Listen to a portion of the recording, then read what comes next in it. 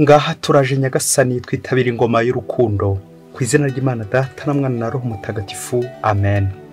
Amahoro bana b'Imana ni muhumure, Imana iradukunda, ije kudukiza kuri uyu wa gatandatu w'icyumweru cya gatatu gisanzwe, tariki 27 Mutarama 2024, ubwo duhimbaza Mutagatifu Yohani Mariya Muzeyi wahowe Imana mu gihugu cy'Ubugande. Ari mu bahowe Imana b'Ubugande 22. Ubwo butware yageze bwo kwanga kwihakana ubukristo agakomera kuri Kristo wamutoye, nibwo yamuhesheje ubutagatifu ahorwa Imana. Dore amasomo agiye kudufasha kwegera Imana no gukomera kuri Kristo. Isomo rya mbere niyo mu gitabo cya kabiri cya Samweli, umutwe wa 12 umurongo wa mbere kugeza ku wa 7, uwa 10 kugeza ku wa 17. Dawudi yari yacumuye bikabije, nuko Uhoraho yohereza umuhanuzi Natani kwa Dawudi, aramusanga maze aramubwira ati, habayeho abantu babiri mu mujyi, umwe yari umukungu undi ari umukene. Umukungu akagira intama n'ibimasa bitabarika, umukene nta kantu namba yari afite uretse agatama yari yaraguze konyine. Yarakagaburiraga maze gakuririwe kumwe n'abana be, kakarya ku byo yaryagaho, kakanywera ku nkongoro ye, kandi kakaryama mu gituza cye. Kari kamubereye rwose nk'umukobwa we. Umukungu araza kugenderwa n'umushyitsi, yatekereza gufata mu ntama ze no mu bimasa bye ngo azimanire uwo mugenzi waje we, ahubwo afata kagatama ka wa mukene nuko azimanira umushyitsi we.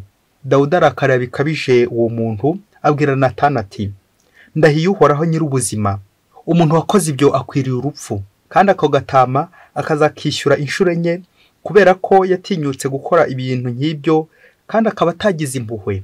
Nuko Natani abwira Dawudi ati, uwo muntu ni wowe. None Uhoraho Imana y'Isiraheli avuze atya, inkota ntizava mu nzu yawe, kubera ko wansuzuguye kandi ugacyura muka Uriya w'Umuhiti ukamugira umugore wawe. None rero dore uko Uhoraho avuze, nzaguteza ibyago bivuye mu nzu yawe bwite. Nzafata abagore bawe wirebera n'amaso yawe, mbahe undi muntu azaryamane nabo imbere yawe ku manywa y'ihangu. Wowe wabikoreye mu bwihisho, ariko nge ibyo nzabikora imbere y'Isiraheli yose, kandi ku mugaragaro amanywa ava. Dawudi abwira Natani ati, ni koko nacumuye kuri Uhoraho. Natani abwira Dawudi ati, Uhoraho yagwanagureho icyaha cyawe, ntabwo uri bupfe. Umuhungu wawe wabyaye we azapfa. Nuko Natani asubira iwe. Uhoraho yibasira umwana muka Uriya yari yabyaranye na Dawudi, maze araremba cyane. Dawudi niko kwinginga Imana kubera uwo mwana, asiba kurya, kandi yatahiwe akarambarara mu mukungugu ukarinda bucya. Abakuru bo mu rugo rwe bamuguma iruhande ngo bamubyutse, ariko aranga, kandi ntiyagira icyo asangira nabo. Iryo ni ijambo ry'Imana. Zaburi ya 51. Nyagasani turememo umutima usukuye. Mana yanjye ndeba mu mutima usukuye, maze uvuguremwe ibitekerezo biboneye. Ntunyirukane ngo unte kure yawe, cyangwa nkuremo umwuka wawe uzira inenge. Ahubwo mpa kwishimira ko nakijijwe, kandi nkomezemo umutima wuje neza. Abagome nzabatoza inzira yawe, n'abanyabyaha bakugarukire. Mana yanjye, Mana ikiza, nkura mu nzigo ndimo, maze ururimi rwanjye ruzamamaze ubutungane bwawe. Nyagasani bumbura umunwa wanjye, maze akanwa kanjye gatangaza ibisingizo byawe. Nyagasani turememo umutima usukuye. Nyagasani Yesu nabane namwe. Amagambo mu Ivanjili ntagatifu ko yanditswe na Mariko, umutwe wa 4 umurongo wa 35 kugeza ku 41. Uwo munsi wose Yesu yari yabwiye rubanda mu migani. Umugoroba ukubye abwira abigishwa bati, twambuke dufate hakurya.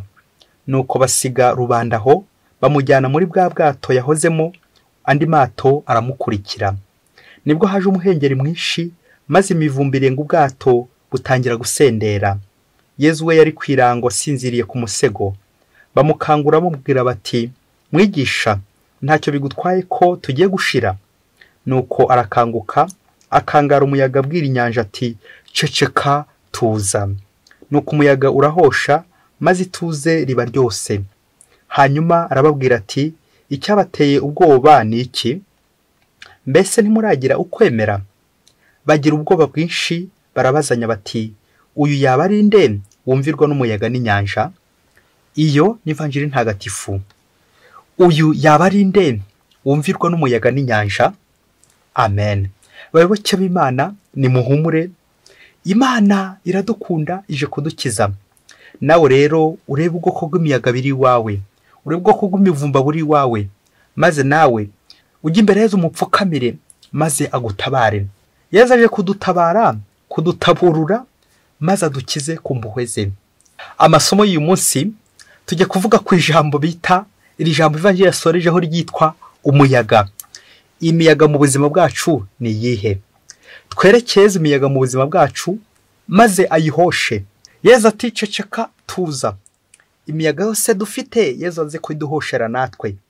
Hari imiyaga y'abagutoteza, hari imiyaga y'abakuburagiza, hari imiyaga y'abakwanga, hari imiyaga y'abakurwanya, hari imiyaga y'abakugirira ishyari, hari imiyaga y'aho mutavuga rumwe, hari imiyaga y'inzara, hari imiyaga y'ubukene, hari imiyaga y'irari ry'umubiri, hari imiyaga y'ibyago. Iyo yose nawe usabe Nyagasani, ati Nyagasani hosha imiyaga iri mu buzima bwanjye. Nyagasani hosha imiyaga iri mu buzima bwacu. Amina. Muri aka kanya reka mbere yo kuvuga ku miyaga iri mu buzima bwacu, reka dutandukanye akayaga ndetse n'umuyaga. Ese bitandukaniye hehe? Muri Bibiliya twagiye tubyumva cyane icyo bita akayaga. Akayaga iyo kazaga ngo nibwo Uhoraho yabaga arimo nyine, akayaga gahuhera, présence de Dieu. Bishatse kuvuga utuntu twa bucece, utuntu twa bugufi, ibintu bidakangarana, ibintu byoroshye. Aha niho Imana iza nyine mu kayaga gahuhera. Naho ikinyuranyo umuyaga hashobora kuba ari za serwakira, imiyaga ikomeye cyane, ibiyaga bihokera, ibiyaga bihinda. Umuyaga ni ikinyuranyo, noneho nta Mana ibirimo nyine, kuko ari ibintu bihinda, bigahindisha, bizana nyine agahinda. Nuko aho bigeze bigahuha, bigahungabanya. Icyo ni ikimenyetso cya sekibi, guhungabanya, guhindisha, kuzana agahinda mu bana b'Imana. Uwo ni umuyaga. Mu gihe akayaga gakiza, umuyaga urica, présence de Satan, ni ikimenyetso cya sekibi umuyaga. Kimwe n'inyanja, nk'indiri y'amashitani, esprit mauvais, force satanique. Akayaga ko ni imigambi myiza y'Imana, ni Roho Mutagatifu uhuhera, bityo agakuza, agakiza. Saint Esprit qui vivifie, Roho Mutagatifu ukiza, utanga ubuzima. Akayaga gatanga ubuzima. Umuyaga rero ugashushanya ibintu byose bitudurumbanya, bitubuza amahwemo, bitujyana kure y'Imana, tukabura ukwemera. Kubera iki? Nta gasengesho kakirangwa aho ngaho, cyangwa turasenga ariko tugasenga bigura intege, tukarambirwa, tukarambika. Imiyaga kenshi ikunze kuza twatangiye kurambirwa ndetse no kurambika. Isengesho ryakendereye, turi gusenga dushidikanya, nta kwemera tugifite. Nuko imiyaga ikaza ikiroha mu bwato bwacu, ubundi bamwe bakarohama, abandi bagashidikanya, abandi bakagira ubwoba, n'ibindi byinshi cyane bimenyetso bya sekibi. Umuyaga. Ese wawe hari umuyaga cyangwa hari akayaga? Ibaze nanjye nibaze.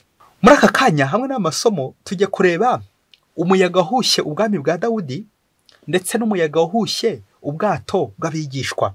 Iyo miyaga yombi.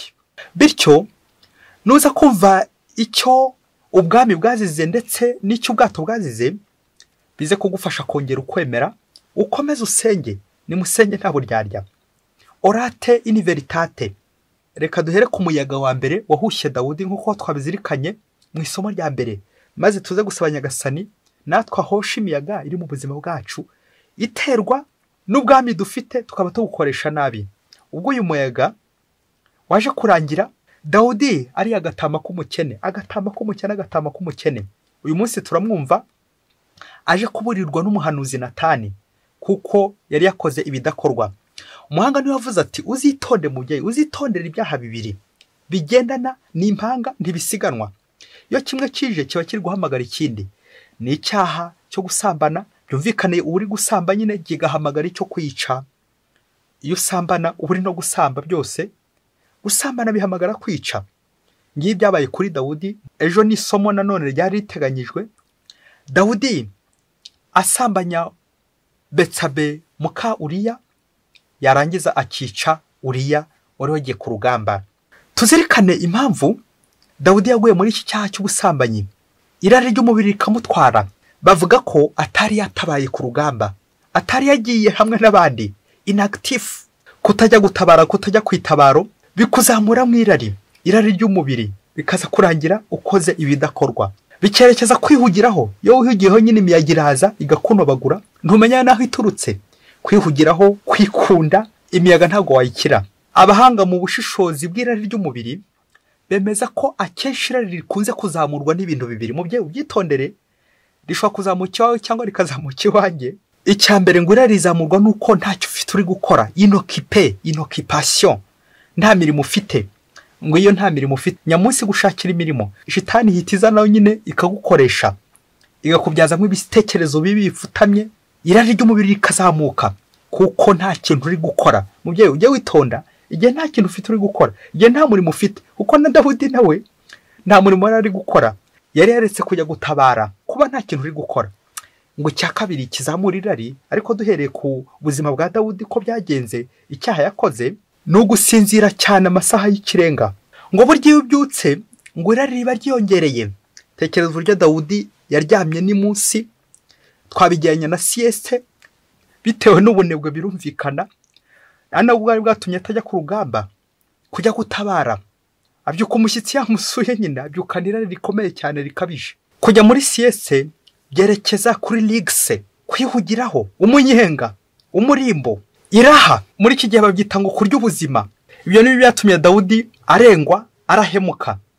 Ikindi twabona kwa Dawudi ni uko ashobora kuba yaritwaje ubushefu, akumva ari byose, tout puissant, ntawe wamuvuguruza, ntawe wamuvugiramo, afite ubwami. Ariko kera kabe ubwami bwe, umuyaga ugiye kubwibasira. Hari igihe witwaza ubuyobozi, mfite icyumba, mfite office, mfite biro, mfite inzu, nshatse nakora icyo nshaka, mfite ubwami. Toutes les occasions sont bonnes. Ibintu byose biteguwe neza, nta kibazo, ntawe uza kumvuguruza. Ngo hari abantu badasambana atari uko batabishakaga cyangwa batari kubishobora, ahubwo ari uko babuze occasion de péché, babuze uburyo babikora. Ariko hari n'abandi badasambana kubera ko baba bafite izo occasion, ariko bakifata bakanga kubikora. Hari abantu badakora icyaha kubera ko bafite uburenganzira bwo kuba banagikora, bafite aho bakwisanzurira, ariko bakaza kwifata. Ese wowe uri muri abo babuze uburyo bwo gucumura, cyangwa uri muri babandi bifashe kabone nubwo nyine baba bafite izo occasion, ubwo buryo bacumuramo? Byashoboka ko nawe ubonye occasion, ubonye aho warigitira kugira ngo ujye gukora icyaha wagikora. Bishoboke kutinya amaso y'abantu, bishoboke kutarabona ubuyobozi, bakwitege igihe wabonye ubwami, igihe wabonye ubutegetsi. Ushoboke ko nawe uzarya agatama k'umukene ko Dawudi yabigenje, none karamuhagamye.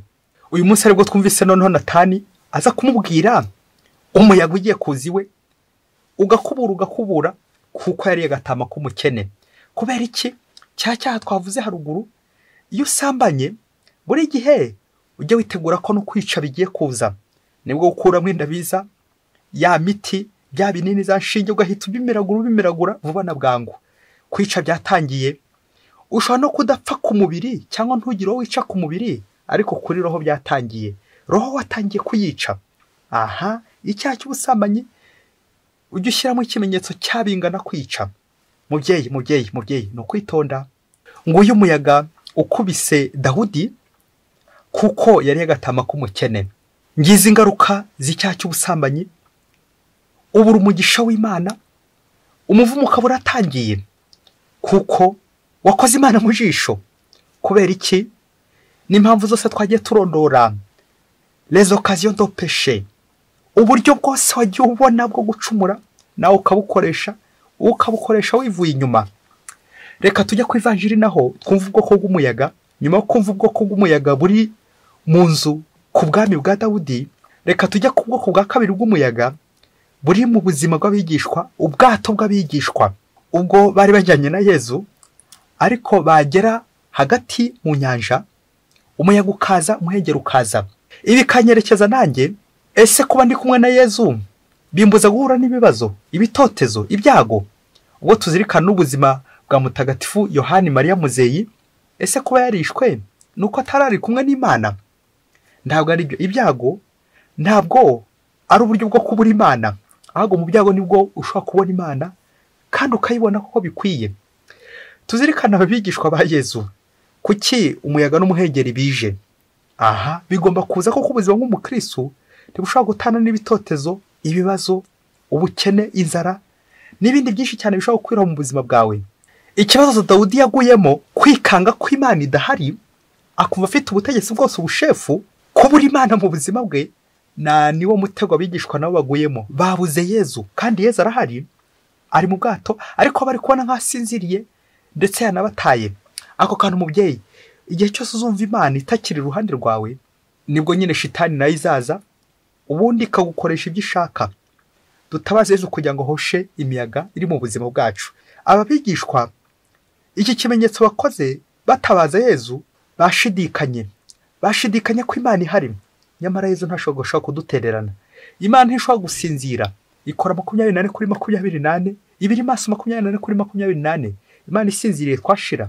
Ngiki cy'abantu benshi tujya tugwamo, kumva ko Imana idahari, ngikora ibyo shaka, kumva ko uwagombaga kumbona atari kumbona, ugomba kuncunga ntari kuncunga, no kukiroha mu ngeso mbi z'ubusambanyi, ukira mu ngeso mbi z'ubusinzi, ukandavura kubera ko ntawe ukubona. Aha nawe ujye ukora umwitozo. Ese igihe ntawe uzaba uri kugucunga cyangwa ntawe uzaba uri gukubona, naho ngaho ntuzamera nka ya hene yo muki iki kiziriko ikajya kona, ya hene yo muki, ya sekurume yo muki. Ukomeze wibaze, igihe abandi badahari bagucunga, aho ushobora nawe kwicunga nk'umuntu mukuru, cyangwa wamera nka Dawudi ubonye ntawe ushobora kugira icyo amuvugaho, ushobora kumuvuguruza ntawe, nuko agatangira agahemuka, akarya agatama k'umukene, akagwa mu cyaha cy'ubusambanyi. Nawe ujye wibaza uti, ese uwo tubana aramutse adahari, aho nanjye sinahemuka? Bishobora kukubaho pe byaba. Umunsi umwe hirya kure cyane muri Afurika, ngo umugabo n'umugore ngo bari babanye neza, ngo bakoraga muri ministeri, byumvikane bombi bari abaminisitiri bakomeye cyane mu gihugu. Igihe kimwe cyaje kugera, umugore ngo ajya ku kazi umunsi umwe, ngo ajya ku kazi, ageze kure aza kwibuka ko yibagiwe ibyangombwa bye mu rugo, yabitaye, nuko aragaruka n'igitaraganya kugira ngo bibone, kugira ngo yongere abifate, ubundi ajye ku kazi. Ageze mu rugo, yarazi ko umugabo nawe yagiye ku kazi muri ministeri hirya kure nyine, nuko hageze asanga icyumba kirakinze, afunguye, dore ko n'umugabo nataramwiteze kuko yarazi ko umugore yagiye.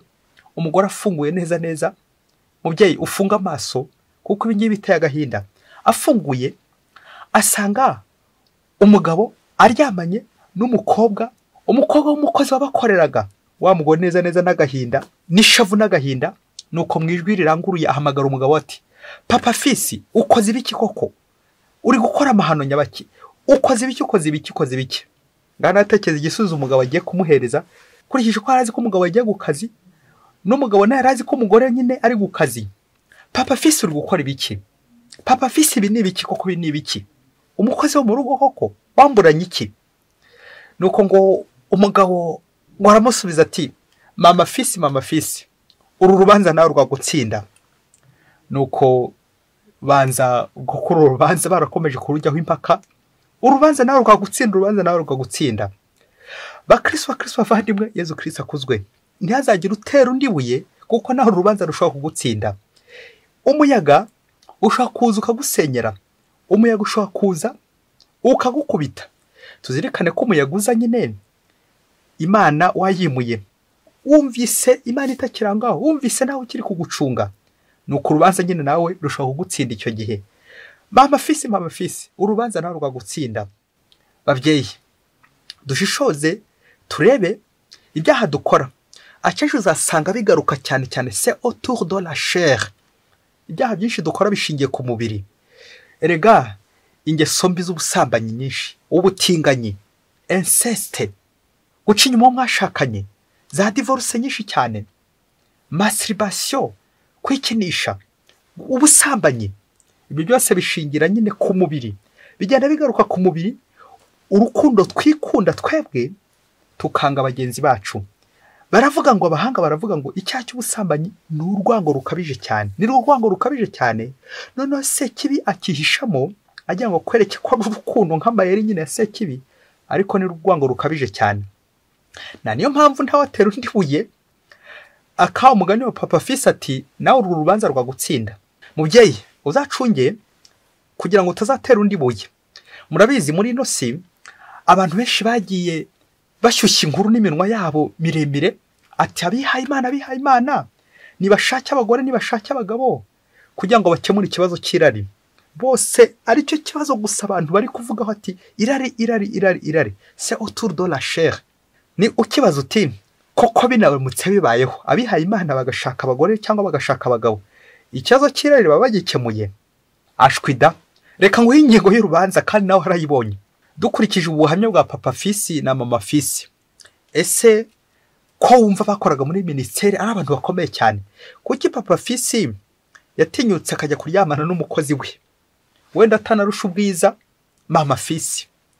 Mama Fisi urubanza nawe rwagutsinda.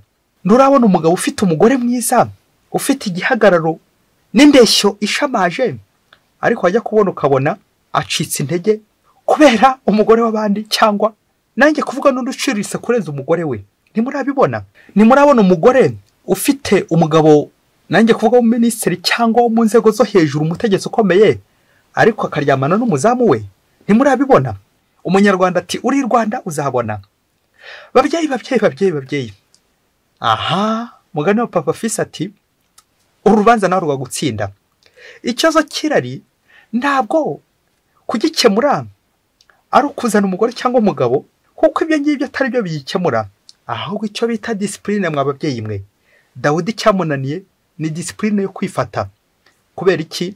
Ubunebwe buramusabye, kubura icyo akora, kubura umurimo akora, kutajya ku kazi, kutajya ku murimo wa mubyeyi, kutajya ku kazi bigutera ibishuko. Nk'uko papa Fisi yahunze akazi bigatuma afata umwana wo mu rugo, kandi ibyaha bigenda bikomeza. Ba Dawudi kubera iki? Ntago bagiye ku kazi. Mubyeyi nutajya ku kazi umenye ko nawe ejo bundi urubanza rushobora kugutsinda. Urubanza rushobora kugutsinda, yego rushobora no kugutsindira uri no ku kazi, ariko ntabwo byahwana. Urubanza nawe rushobora kugutsinda. Mama Fisi nawe urubanza rwagutsinda. Mu gusoza ndifuza kukubwira igisubizo, nubwo kitari 100%, igisubizo cy'irari. Burya irari ry'umubiri, irari ry'ubusambanyi ngo riza ryari? Kuko nabivuze haruguru, gusambana ni urwango se kibi akubibamo akagenda gusigiriza ko ari urukundo, ariko nta rukundo ruri aho ngaho. Gusambana ni urwango, ubusambanyi ni urwango. Mubyeyi urabyemera? Bemeza ko icyaha cy'ubusambanyi kiza ryari? Igihe wibeshyaga ko ukunda umuntu ariko ukaba utamukundaga, ahubwo wikundiraga nk'urugingo rumwe rwe, ukikundira nko mu maso he, ukikundira amazuru ye, ukikundira amatwi, ukikundira umusatsi we, ukikunda igice cyo hepfo gusa, ibindi byose ukabyirengagiza, cyangwa ukunda icyo hejuru gusa, ibindi ukabyirengagiza. Tekereza nawe urwo rugingo rero iyo rugize ikibazo nibwo uzatangira ukamwanga, cyangwa urwo rugingo nyine wari ufite amasiko, iyo umaze kurubona uhita ujugunya hirya mu ngarani muri piberi. Kubera iki? Wakunze urugingo ariko ntiwigeze ukunda umuntu wese. Tu as aimé une partie et pas tout le corps. Wakunze agace gato ariko umuntu we ntiwigeze umukunda. Ngiki cyaha cy'ubusambanyi kitangira gityo, wakunze agace kamwe k'umuntu, urugingo rumwe k'umuntu, ariko utakunze umuntu wese. Iyaba wakundaga umugore wawe wese ntabwo wasaba gatanya. Iyaba wakundaga umugabo wawe wese ntabwo akongera kumuca inyuma. Iyaba wakundaga kiliziya ukayimariramo nawe agahowe Imana nka Yohani Mariya Muzeyi, wemera gupfira ubukristo akirinda kwihakana ubukristo, kuko nyine akunda Kristo wese, ntabwo akunda Kristo w'igice. Iyaba natwe twakundaga urukundo rushyitse twapfira Kristo koko tugahamya Kristo. Iyaba twakundaga urukundo rushyitse, aka kavuyo, ubuzima bw'akavuyo twakabusezereye, tukabaho nyine dukunda Kristo, tukemera no kumupfira. Iyaba twari dufite urukundo, uze kwisuzuma nawe uraza gusanga nta rukundo buryo ufite, aho gufite urukundo rw'ibice. Ukibaza ngo uzaba muzima ryari? Uriya muntu uzamugira muzima ryari? Wageze umuntu ikintu birangira umufasha urugingo gusa, ikintu gusa, ariko ntiwigeze umugira umuntu. Kuko umuntu bwacu bubura, bwamara kubura ugatangira ugasabira ibintu hirya no hino, kuko wabuze iki? Wabuze ubumuntu. Mubyeyi urubanza nawe rwagutsinda. nawe uze kureba ubwoko bw'imiyaga buri wawe bwibasiye inzu yawe, bwibasiye urugo rwawe, bwibasiye ubwato bwawe, bwibasiye ubwami bwawe, maze nawe usabe Nyagasani guhosha imiyaga iri iwawe, hato ejo n'ejo bundi nawe urubanza rutazagutsinda, maze twese twongere urukundo iwacu. Niwongera urukundo bizagenda neza. Mutagatifu Agustina wavuze ati efeso kativudha, kunda maze ukore icyo ushaka. Gufata mugenzi wawe nk'umuntu aho kumufata nk'ikintu, ibyo bizakemura ibibazo byinshi harimo n'irari. Ndetse gwifurije amahoro n'ihirwe, Imana ikomeze gukurinda, mwese Imana ibahe umugisha. Imana Data na Mwana na Roho Mutagatifu, amen. Padiri Masumbuko Ladislas wa Diyosezi ya Cyangugu.